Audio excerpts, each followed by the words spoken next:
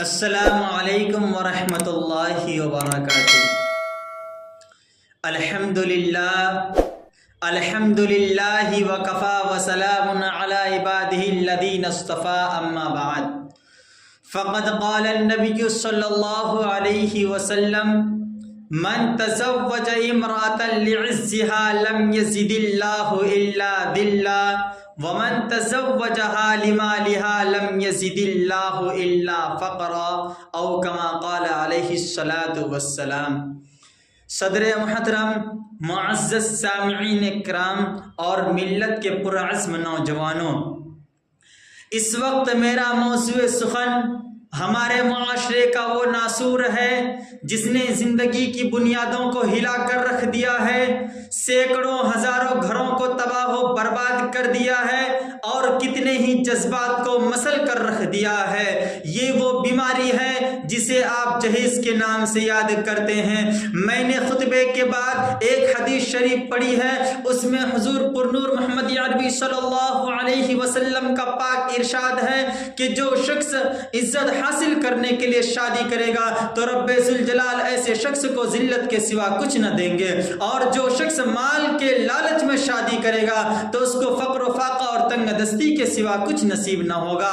اسلام کے پاسبانوں، آج ہندوستان کے اندر اور خاص طور سے ہمارے معاشرے میں جہیز ایک ایسا ناسور بن گیا ہے جو ایٹمی ہتھیار سے زیادہ خطرناک اور مہلک ثابت ہوتا جا رہا ہے۔ اس منحوس جہیز کی بنیاد پر ہندوستانی معاشرے میں روزمرہ اخبارات کی رونق زار بن کر یہ سرخیاں چھپتی ہے کہ فلاں شوہر نے اپنی سسرال والوں سے اسکوٹر نہ ملنے پر اپنی نئی نویلی دلہن کو جلا دیا، فلاں شخص نے مزید جہیز کا مطالبہ پورا نہ کرنے پر اپنی بیوی کو موت کے گھاٹ اتار دیا۔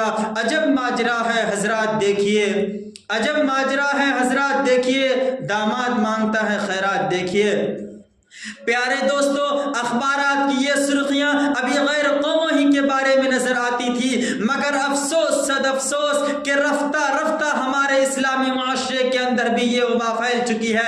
آج اخبارات کے اندر بھیٹ چڑھنے والی کہیں فاطمہ، کہیں رضیہ، کہیں شبنم و فرزانہ اسلامی شریعت کے نام لیوا سے یہ کہہ رہی ہے کہ کاش ہماری اسلامی شریعت کتابوں اور وعظوں کے بجائے عمل میں آ جاتی۔ پیارے دوستو اور اسلام کے نوجوانوں، عورت رب ذوالجلال کی جانب سے عطا کردہ وہ حسین تحفہ ہے جس نے انسانی زندگی کو رعنائی بخشی۔ اسی عورت کے دم سے نظاروں میں خوبصورتی پیدا ہوئی، اسی معصوم کلی نے حضرت آدم علیہ السلام کی زندگی سے خوف و وحشت کو دور کیا، مگر ان تمام باتوں کے باوجود ظلم و ستم کی تاریخ شاہد ہے کہ اس دار فانی میں جتنے مظالم برپا ہوئے ہیں ان میں زیادہ تر صنف نازک پر ہی کیے گئے ہیں۔ اس بے رحم سماج نے عورت کو جس نظر سے دیکھا ہے وہ نہایت ہی قابل مذمت ہے۔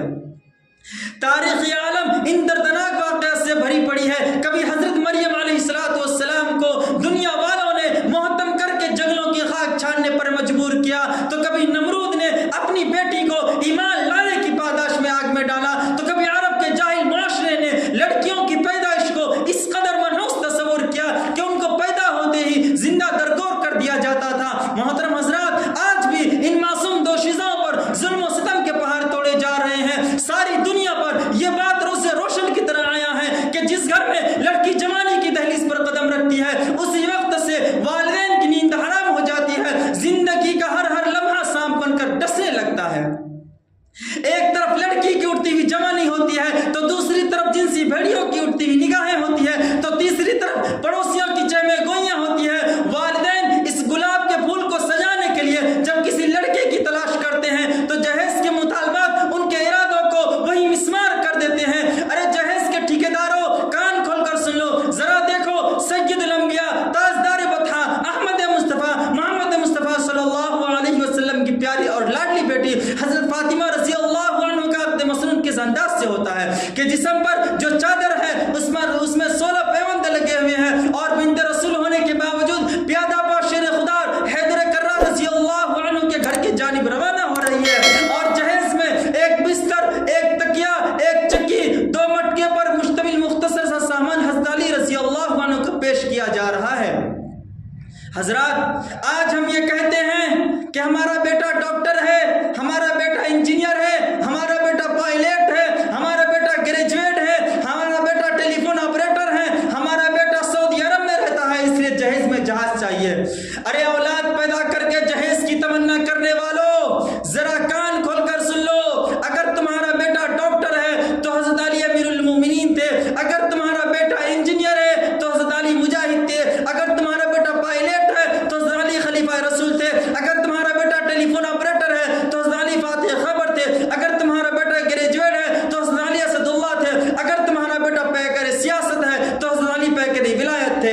حضرات آئیے ہم سب مل کر اس بات کا عہد کریں کہ اس جہیز جیسی ملعون رسم کو مٹا کر دم لیں گے.